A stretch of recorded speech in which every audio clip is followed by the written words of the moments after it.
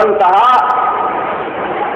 اور وہ باز آ گیا، چھوڑ دیا، فلہ ما سلف وامرہ الی اللہ، تو اس کے لیے وہ کچھ ہے جو گزر چکا، جو ہوا تو ہوا، اور اس کا معاملہ اللہ کی طرف ہے، اللہ کے حوالے ہے، ماضی میں جو کچھ کیا وہ اللہ کے حوالے ہے۔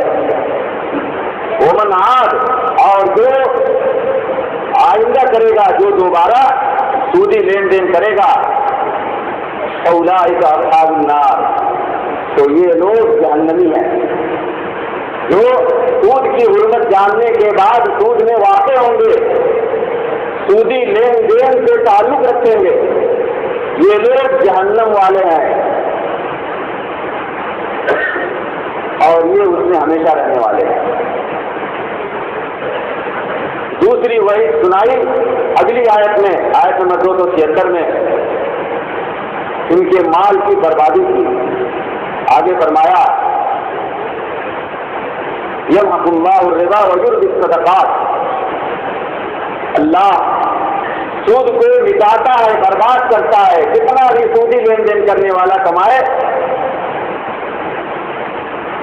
برکت اضافہ اور زیادتی تو دور کی بات ہے، انجام بربادی ہے، تباہی ہے، گھاٹا اور خسارہ ہے۔ اور اس کے برعکس اللہ صدقات کو بڑھاتا ہے، زیادہ کرتا ہے۔ ایک دانہ بھی اللہ کی راہ میں صدقہ کریں گے تو اللہ کے یہاں اسے بڑھایا جائے گا، یہاں تک کہ اس حال کے برابر ہو جائے گا۔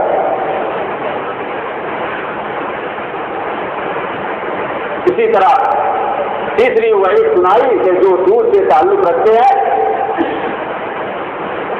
انہیں اللہ اور اس کے رسول کی طرف سے جنگ کا اعلان ہے، ان کے اور اللہ اس کے رسول کے درمیان جنگ کرتا ہے۔ آگے آیت نمبر 278 میں فرمایا یا ایھا الذین آمنوا اتقوا اللہ وذروا ما بقی من الربا ان کنتم مؤمنین، اے ایمان والو اللہ کا تقوی اختیار کرو، اور جو سود باقی رہ گیا ہے جسے تمہیں لینا ہے اسے چھوڑ دو، اگر تم ایمان والے ہو۔ ایمان والوں کو خطاب کیا گیا ہے۔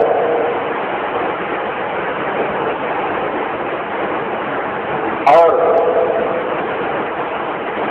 فَإِن لَّمْ تَفْعَلُوا فَاعْتَذِرُوا بِحَرْبٍ مِّنَ اللَّهِ وَرَسُولِهِ وَإِن تُبْتُمْ فَلَكُمْ رُءُوسُ أَمْوَالِكُمْ لَا تَظْلِمُونَ وَلَا تُظْلَمُونَ،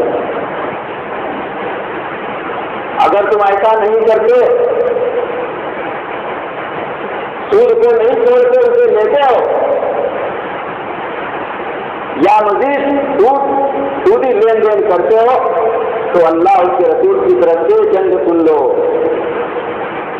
سودی لین دین کرنے کی ابتدا سے لے کر کے ختم ہونے تک سودی لین دین کرنے والے اور اللہ اس کے رسول کے درمیان جنگ ہے۔ اس کے دن اور رات سب اللہ اس کے رسول کے ساتھ نہ صرف دشمنی بلکہ جنگ کی حالت میں گزرتے ہیں۔ اللہ اس کے رسول کے ساتھ اس کی جنگ جاری ہے۔ کسی انسان کے پاس جنگ ہو تو خاموشی اختیار کی جا سکتی ہے، لیکن اللہ اس کے رسول کے ساتھ جنگ، اور وہ بھی ایسا شخص جو اشہد ان لا الہ الا اللہ واشہد ان محمد رسول اللہ کا اقرار کرنے والا ہے، اس اقرار کے باوجود، سود کی حرمت کا اقرار کے باوجود اللہ اس کے رسول سے جنگ کا معاملہ کرتا ہے۔ یہ وعید ہے سوچنے والے کے لیے کسی بجلی سے کم نہیں ہے۔ اور اسی طریقے سے یہ لعنت کی وعید جو جابر رضی اللہ عنہ کی حدیث میں گزری کہ رسول اللہ صلی اللہ علیہ وسلم نے لعنت کی ہے۔ لعنت کا مطلب اللہ کی رحمت سے دوری، بس دعا کی ہے کہ اللہ کی رحمت سے ایسا شخص دور ہو جائے۔ اور یہ لعنت سودی لین دین کے ابتدا سے لے کر کے آخر تک رہتا ہے. آدمی سو رہا ہے تب بھی لعنت میں مبتلا، جاگ رہا ہے تب بھی لعنت کا شکار، عبادت کر رہا ہے تب بھی لعنت کا مستحق، توبہ استغفار کر رہا ہے تب بھی لعنت کا حقدار. اور اس طریقے سے سودی لین دین کا معاملہ جب تک اس کا لگا رہتا ہے وہ رسول اللہ صلی اللہ علیہ وسلم کی لعنت کا شکار رہتا ہے، نعوذ باللہ. اور اسی طریقے سے ہلاکت کی وہی کہ ساتوں ہلاک کرنے والی چیزوں سے بچو.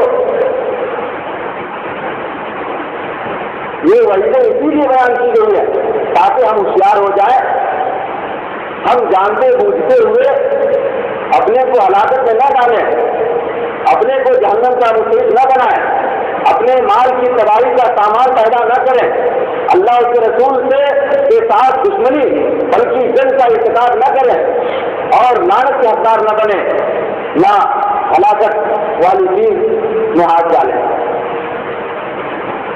لیکن افسوس اور انتہائی افسوس کا مقام ہے کہ سود کی لعنت، سود کا جرم دن رات بڑھتا جا رہا ہے اور اس لعنت میں وہ لوگ کچھ زیادہ ہی مبتلا ہیں جن کو اللہ تعالیٰ نے اپنے فضل سے نوازا ہے.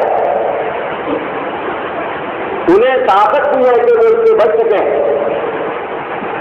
اور وہ اس سے بچ سکتے ہیں، لیکن یا تو جانتے بوجھتے ہوئے یا انجانے میں سود کی حرمت کا ارتکاب کرتے ہیں اور سود کی وعیدوں کے حقدار بنتے ہیں، نعوذ باللہ. ہمیں یہ جاننے کی ضرورت ہے کہ وہ کون کون سے دروازے ہیں جن سے سود یا سود کی لعنت ہمارے معاشرے میں آتی ہے. کہیں ایسا تو نہیں کہ سود کی لعنت میں ہم مبتلا ہیں، حالانکہ ہم نہیں چاہتے کہ سود میں پڑیں اور ہمارے پاس قدرت بھی ہے. میرے بھائیوں، اس زمانے میں سود کا سب سے بڑا مرکز آج کے یہ بینک ہے، سودی بینک ہے.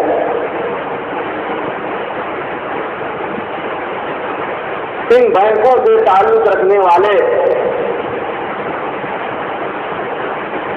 اپنی ضرورت سے زیادہ، اپنی حاجت سے زیادہ ان سے تعلق رکھتے ہیں اور سود میں مبتلا ہوتے ہیں. حالانکہ سود کی حرمت اور سود کی وجہوں کا تقاضا یہ تھا کہ ہم ان بینکوں سے تعلق رکھنے سے پہلے اچھی طرح یہ غور و فکر کر لیتے کہ کیا ان بینکوں سے بچنے کے راستے موجود ہیں یا نہیں، اور ہماری ضرورت کتنی، ہماری مجبوری کتنی ہے کہ ہم صرف اتنی مقدار میں ان بینکوں سے تعلق رکھیں اور مزید تعلق رکھنے سے بچیں.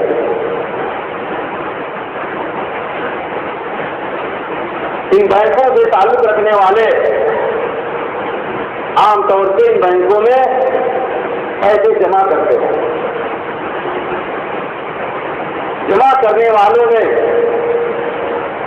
بہت سے ایسے لوگ ہیں جن کے پاس اپنے پیسوں کی حفاظت کے ذرائع نہیں ہیں، جن کے پاس اپنے پیسوں کی حفاظت کے ذرائع ہیں، چاہے وہ سونے کے سکوں یا زیورات کی شکل میں ہوں، یا زمین خرید کر کے، یا دکانیں بنوا کر کے، یا کسی اور طریقے سے جو اپنے پیسوں کی حفاظت کر سکتے ہوں، مختلف چیزوں کے ذریعے ان بینکوں سے تعلق رکھے بغیر ان کے لیے قطعاً جائز نہیں ہے کہ وہ سودی بینکوں سے تعلق رکھتے ہیں. لیکن جو ضرورت مند ہیں اپنے پیسوں کی اپنے مال کی حفاظت نہیں کر سکتے یا کوئی ایسی مجبوری ہے کہ وہ زمین کی شکل میں حفاظت نہیں کر سکتے تو پھر ان بینکوں سے بدل گئے مجبوری تعلق رکھ سکتے ہیں, فائدہ اٹھا سکتے ہیں.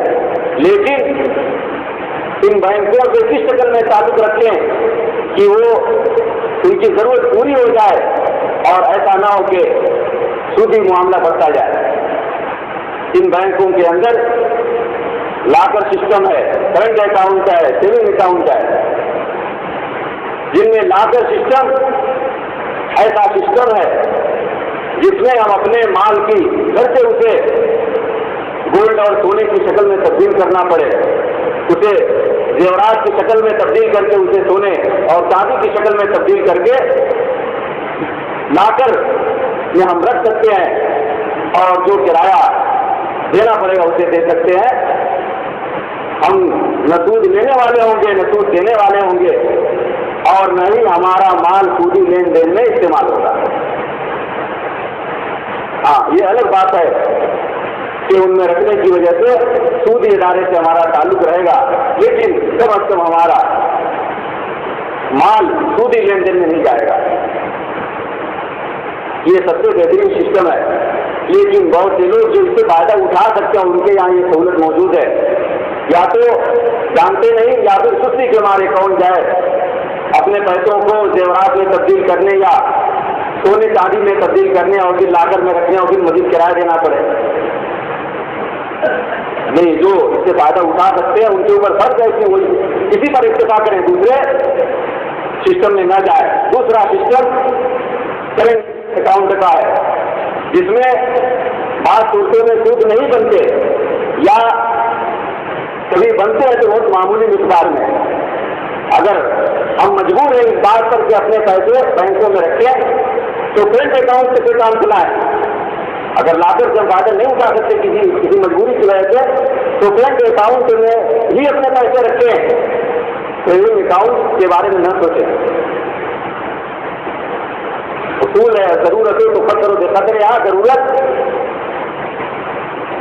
کا اندازہ اس کی مقدار سے کیا جاتا ہے. جتنی مجبوری ہے بینک میں پیسہ رکھنا آپ اس میں رکھیں, کرنٹ اکاؤنٹ سے کام کر سکتا ہے اسی میں رکھیں. آپ کو سود نہیں لینا ہے اور نہ لینا جائز ہے, نہ سود دینا ہے اور نہ دینا جائز ہے. آپ کی مجبوری بینک تک ہے تو آپ کرنٹ اکاؤنٹ سے کام چلائیے. لیکن یہ جان لیجیے کہ آپ کا پیسہ کرنٹ اکاؤنٹ میں رکھنے کی صورت میں سودی لین دین میں استعمال ہوگا, کیونکہ بینک کسی کی رقم لے کر کے کسی کو بھی دیتا ہے, جو پیسہ آپ دیں گے وہ پیسہ محفوظ نہیں رہے گا, دوسرا آپ کو مل سکتا ہے وہ نہیں ملے گا. تو آپ کا پیسہ سودی لین دین میں استعمال ہوگا. جسے اس سے بچنا ہے وہ لا کر لے جائے یا اپنا پیسہ اپنے پاس محفوظ رکھے. تیسری صورت جو سیونگ اکاؤنٹ کی ہے, جو سب سے زیادہ حرام صورت ہے, اس میں آپ اپنے پیسے رکھیں اور جو ہے پھر اس پر سود بنے, جس کے لیے آدمی مجبور نہیں, سرکار مجبور نہیں ہے. کیونکہ بینک کسی کو سیونگ اکاؤنٹ کہیں پر مجبور نہیں کرتا. کرنٹ اکاؤنٹ جیسے بھی کرنٹ اکاؤنٹ میں رکھنے والے اس سے فائدہ اٹھا سکتے ہیں اور اس میں رکھ سکتے ہیں اور بینک والے اسے قبول کرتے ہیں. لیکن کرنٹ اکاؤنٹ کو چھوڑ کر کے سیونگ اکاؤنٹ میں کوئی رکھے اور بعد میں جب سود بنے